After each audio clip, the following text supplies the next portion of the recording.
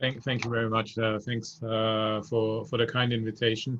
The two previous speakers, Anna Maria and Philip, have done a great job with introducing some of the deep learning methods and also some of the complexities that you're dealing with when you're dealing with audio, the relationships and then the factors. So I've been given the remit of talking about machine learning and speech, and of course, speech and hearing technology is vast and huge. And so what I've decided to do was basically focus on change rather than sort of a detailed explanation of the whole field.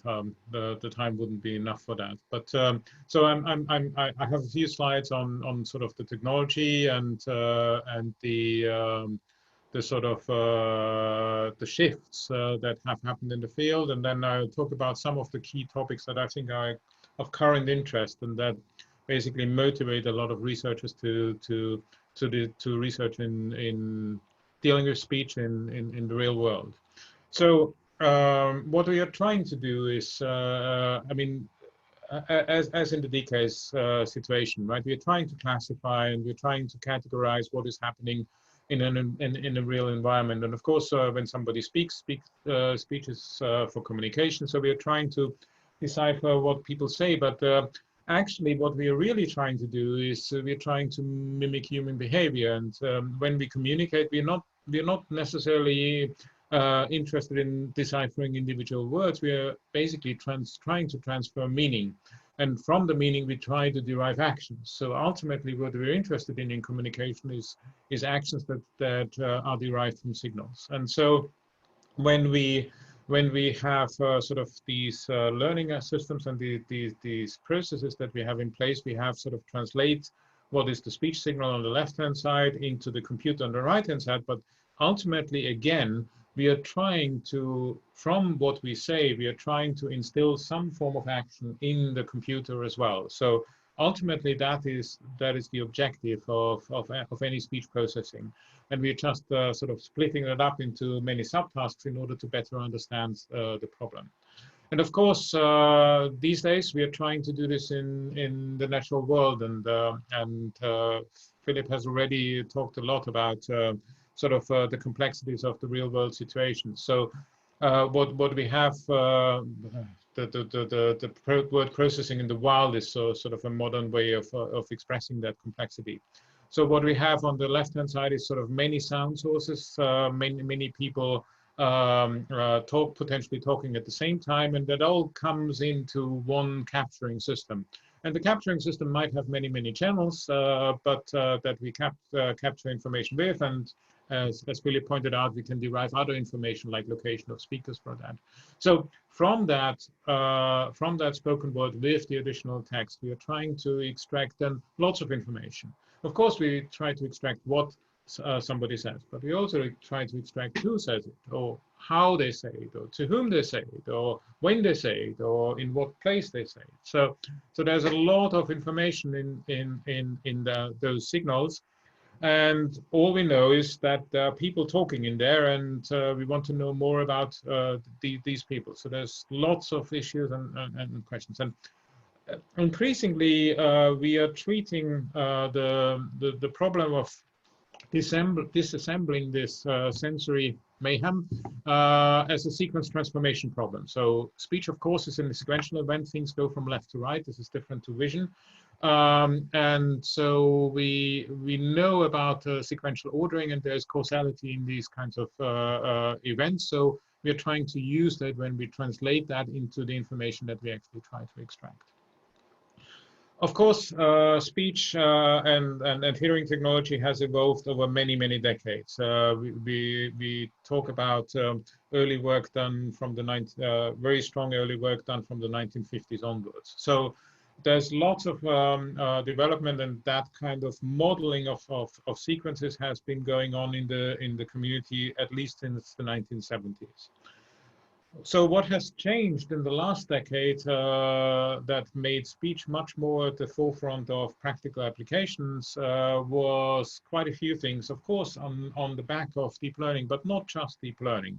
So, and I want to basically highlight some of these fundamental changes in machine learning that have driven the field, and maybe these are of interest or have happened in the same way in other fields.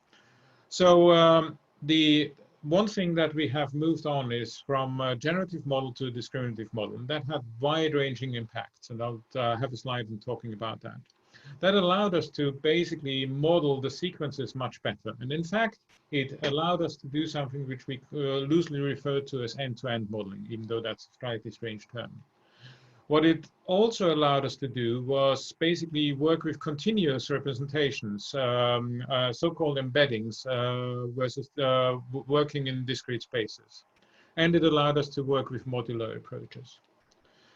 What do we mean by discriminative versus generative models? So in the classical form, we use generative models where we separate out the classification task, the modeling of the speech that belongs to a certain type of speech, and the modeling of the relationship of language in two different distinct elements. We use base rule for that split, and that has been in the field for a very long time.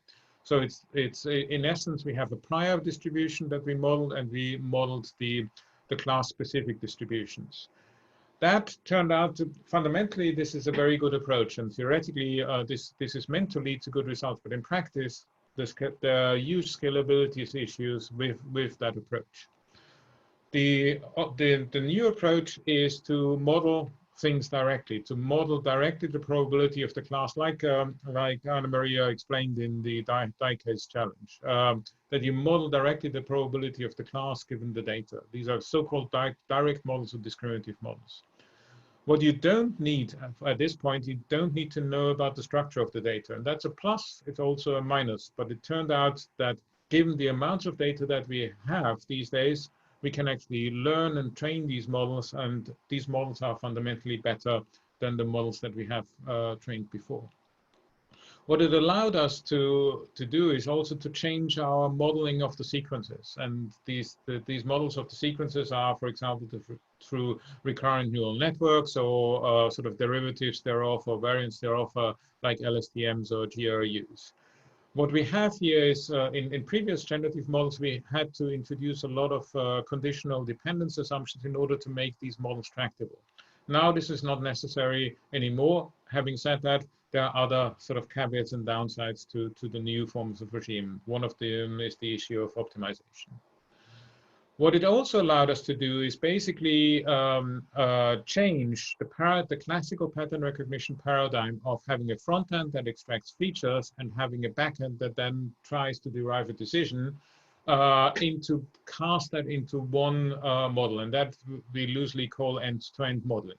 On the right-hand side, you have a picture of an end-to-end model that was used presented in a paper by Google, where they basically directly take the audio channels from many different recordings and basically have many layers, directly the waveform, no feature extraction, and directly the output is a sequence of words. These models are highly complex, and of course, end-to-end modeling is not new to our field. This has also happened in vision and in many other areas. To be fair, the feature extraction, the improvement over feature extraction in our field has been less, but what it has opened up is interesting new structures and interesting new methods of solving the sequence-to-sequence transformation problem. So classically, there are structures that are being used in natural language processing and speech. So listen, attend, spell on the left-hand side is one, and on the right-hand side, that was a structure based on LSTMs that was originally introduced for machine translation. So these kinds of structures change fundamentally how we process speech. And while these kind of pure neural network systems are not yet at the same level of performance as sort of classical systems, they are very close to achieving similar or better performance. One of the big issues in speech, and as Philip mentioned, in many of these areas, are latent factors. Lots of dependencies of how the environments and the situation in which speech occurs and communication occurs changes the signal that we actually observe. So a lot of these things actually are the key focus of our challenge that we have today. So we are trying to learn about these factors and how they influence those kinds of signals, and that is the second big challenge that we have to face. And of course, we have tried to do this in the form of what is called representation learning. And there are techniques called, for example, I vectors, or also latent Dirichlet allocation that allowed us to extract and to learn some of these latent factors, and then use these latent factors then to improve our processing. So, for example, that to represent the mood of speech, of the style of speech, or where that speech and what type of room that speech occurs. The techniques that are on this slide are unsupervised techniques, so you don't need any labels for the data, but of course that is also a plus and a minus of these things. The representation learning has had its major boost through the neural networks, and it's fair to say that again, the original sort of big progress was made on the natural language processing side, where it is much more pertinent than to create a mapping from a discrete space, right? Words are discrete events, into a continuous space. And in a continuous space, you can easier formulate relationships. And so the mapping or the creation of embeddings through neural networks allowed you to project words into a continuous space, represent them as vectors, and then you can have relationships of words in that vector space. And so the famous example is if you extract representations for the word France from the word Paris, and you add the representation for the word Italy, you might get a representation for the word Rome. And that's semantic relationships that you now encode in continuous space. And that's a novel thing. And of course, that has happened also in speech. And there are unsupervised techniques. I think other talks in the summer school have been devoted to autoencoders and also variational autoencoders, and that allow you to extract these embeddings, these continuous space representations that are the latent factors that determine how the speech is produced. One of the important latent factors in speech, of course, is the identity of the speaker itself because of their specific physical characteristics. Of course, these embeddings, as they have been learned for text, can also be learned in almost the same way for speech as well. And we have in our group developed a contextual autoencoder that allows you to find these representations by finding join factors in different elements of speech signals.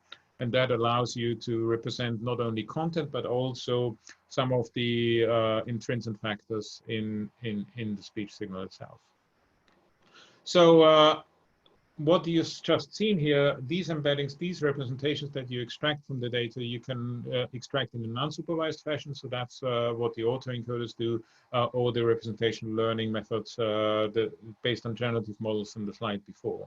You can, of course, also do this with supervised techniques, where you can build on the basis of the hierarchy of the structure of speech signals. After all, it's a sequential event and sort of localized events that have strong coherence.